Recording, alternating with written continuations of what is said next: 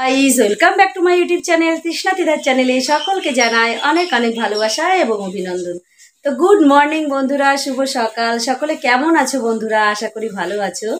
আর যারা এখনো পর্যন্ত আমাদের চ্যানেলটিকে সাবস্ক্রাইব করনি তারা তৃষ্ণা তিদা লিখে চ্যানেলটিকে সার্চ করে বেল আইকনটি বাজিয়ে দাও। তো চলো বন্ধুরা, আজকে শুরু করছি আমার ব্লগটি। সকাল সকাল আমি স্নান করে নিয়েছি আর এখন পাখিকে খেতে দেবো। চলো পাখিকে খেতে দিয়ে দিই তাহলে। বন্ধুরা, কোটো ভর্তি ভুজিয়া, এই ভুজিয়া এখান থেকে বাটিতে নিয়ে নেব আর পাখিকে দিয়ে দেব। প্রথমে ভুজিয়াগুলো একটু ছোট ছোট করে গুঁড়ো করে নিতে হবে, কেননা ছোট ছোট শালিক পাখি আসে, না হলে ওরা খেতে পারবে না। চলো তাহলে ভুজিয়া এখান থেকে বার করে নিয়ে গুঁড়ো করে নিই। ভুজিয়াগুলো এখন গুঁড়ো করে নিচ্ছি।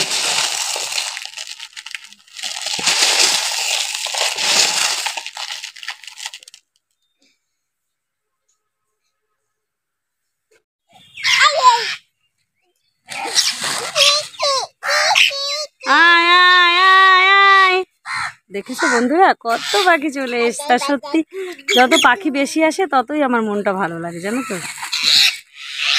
খা খা খা, আরে কটা আছে।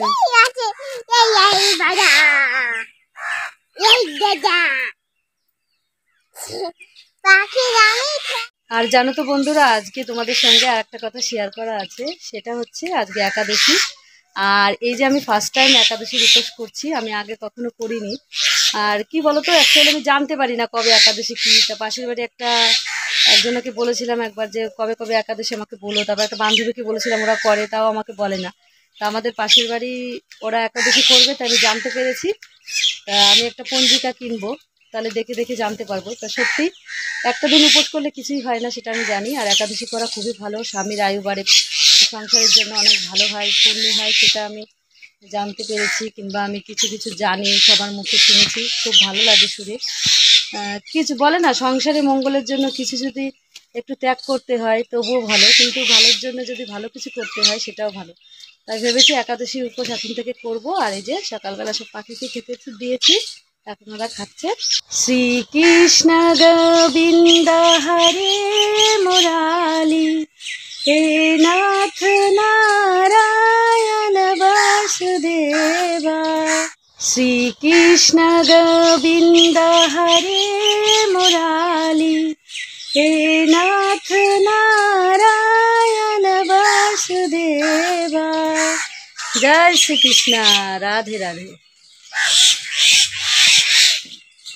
জানো তো বন্ধুরা, আমার বড় মেয়েও বায়না করেছে ও একাদশীর উপোস করবে। ও তো ছোট মানুষ, বলো, থাকতে পারে? শুধু বায়না করলেই তো হবে না, পাগল হয়ে যাচ্ছে। বলছে মাম্মা তুমি উপোস করছো, আমিও উপোস করবো। তাই বললে হয় কখনো, বলো তো? ওরা খাচ্ছে, চলো খেয়ে নিক তাহলে ওরা।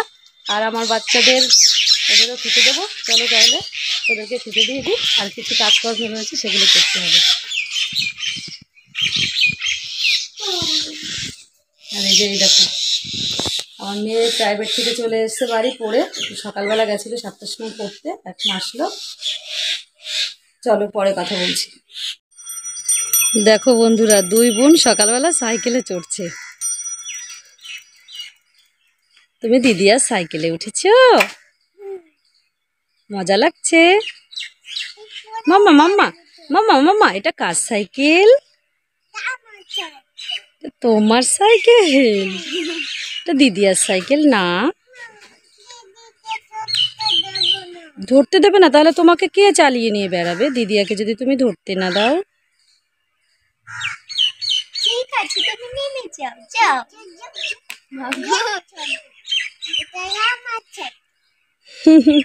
দুই বোন শুধু ঝগড়া করে সারাদিন। এই যে বন্ধুরা, সকালবেলা ওদের জন্য টিফিন করব, তাই যে আটা মাখছি। আটা দিয়ে আজকে পরোটা করব, কারণ আজকে আর ময়দার পরোটা করব না, আটার পরোটা করব। চিনি দিয়ে যে মিষ্টি মিষ্টি পরোটা করে না, ওগুলো করব। এই যে আমার আটার লেচি করা হয়ে গেছে, এখন আমি পরোটাগুলো বেলে নেব। চলো তাহলে বেলে নিই ঝটপট। এই যে রুটি বেলে চিনি দিয়ে দিয়েছি উপরে, আর এইদিকে দেখো একটা ভাজা হচ্ছে। এই দেখো এরকম করে পরোটা বানাচ্ছি। ছোট ছোট বাচ্চাদের এই মিষ্টি মিষ্টি পরোটাগুলো খেতে খুবই ভালো লাগে, তাই সকালবেলা টিফিন এইভাবেই তৈরি করছি। সকালের পরোটা রেডি, সবাই খাচ্ছে।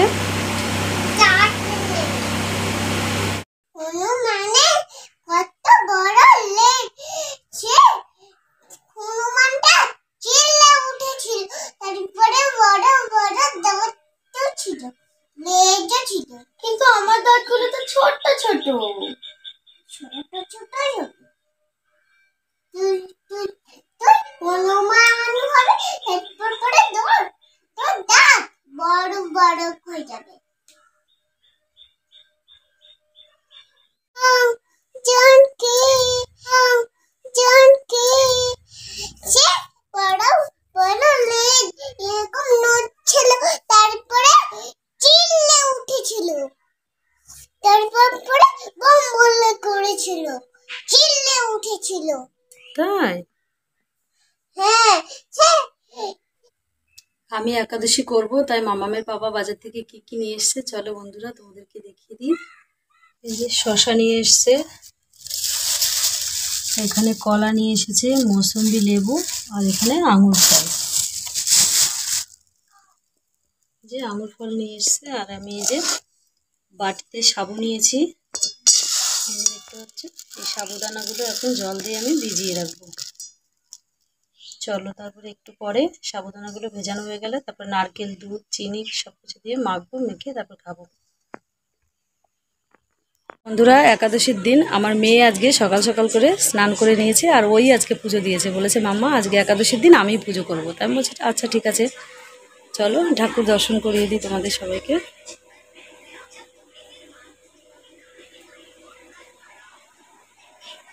বন্ধুরা টাটা। এই যে বন্ধুরা বসে পড়েছি।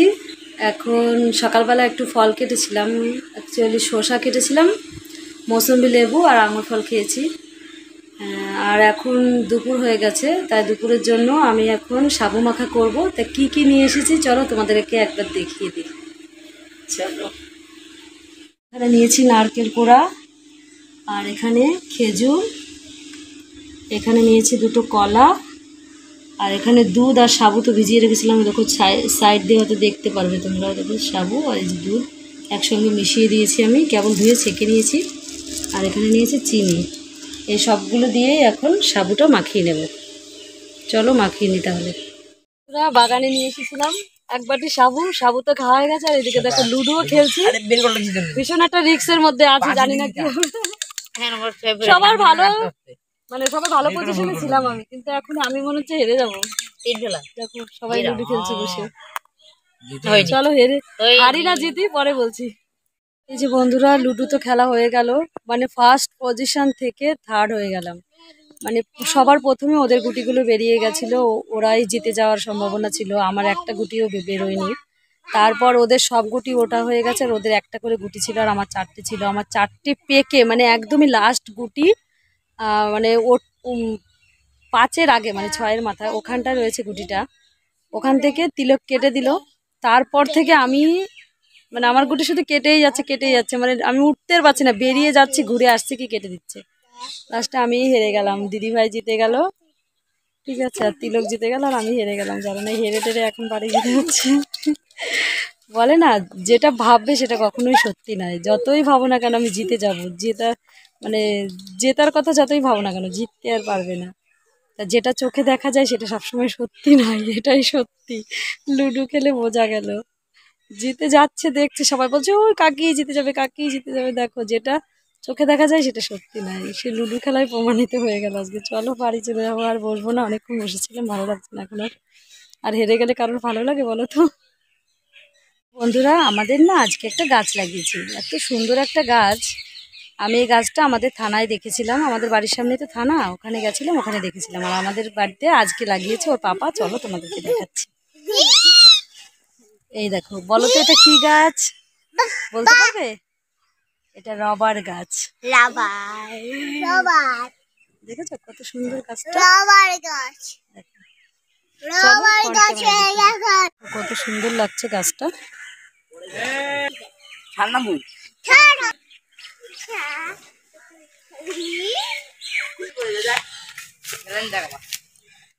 এই যে বন্ধুরা বিকেলবেলা শুয়েছিলাম একটুখানি, ছোট মেয়েটাকে একটু ঘুম পাড়াতে এসে নিজেরও চোখটা লেগে গেছে, কারণ সারাদিনই এত ছোটাছুটি করে, আমার মেয়েটা এত ঘেমে গেছে, ক্লান্ত হয়ে গেছে, সোফার মধ্যে ফোন দেখতে দেখতে শুয়ে পড়েছিল।